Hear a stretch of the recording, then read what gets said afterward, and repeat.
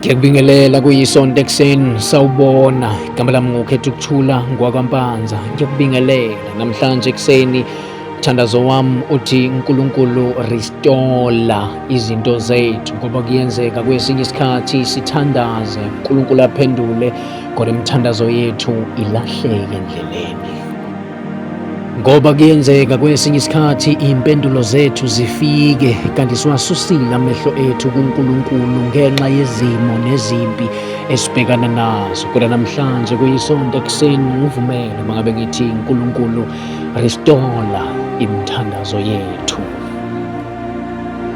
Namhlanje uma ngabe sikhuphukele entabeni, uNkulunkulu asizile ukuzothandaza kodwa sizolwa, sizoqaqa, sizobhidliza, sizobhoboza, sizofohla, sizolanda impendulo zethu ezithathwe amandla obumnyama.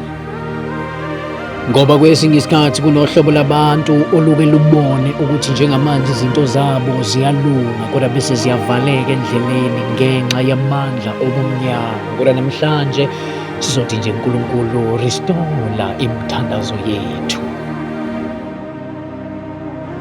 Ukuthi iphuthe libe khona la kuthe usathane uma ngabe siphuca izinto zethu wangakwazi ukusibulala. Ingakho namhlanje sibheke kuwe Thixo, sikhuphukele entabeni sizosho ukuthi uNkulunkulu lokho okudliwe isikhonyane makubuye kubantwana bakho, ngoba isitha sahlulekile ukuqeda ngathi.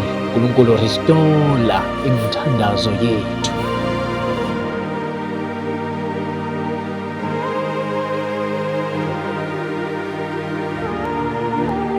Uyayazi yini elahlekile? Ngifuna uma ngabe sithandaza namhlanje uthi Thixo lokhu kuyabuya, lokhu kuyabuya, lokhu kuyabuya, ngoba namhlanje sizolanda izinto zethu.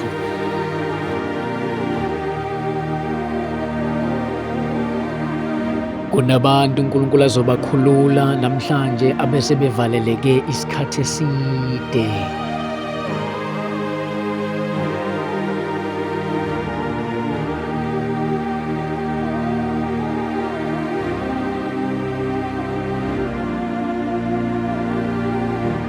Thixo restore izinto zethu.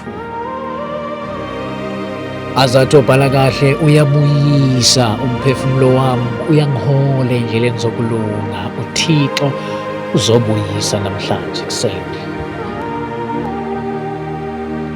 Ungabe usakhala kakhulu ngezinto ezakulahlekela, uNkulunkulu uyazibuyisa namhlanje ekuseni. Thula, ungabe usakhala manje, izinto ziyabuya.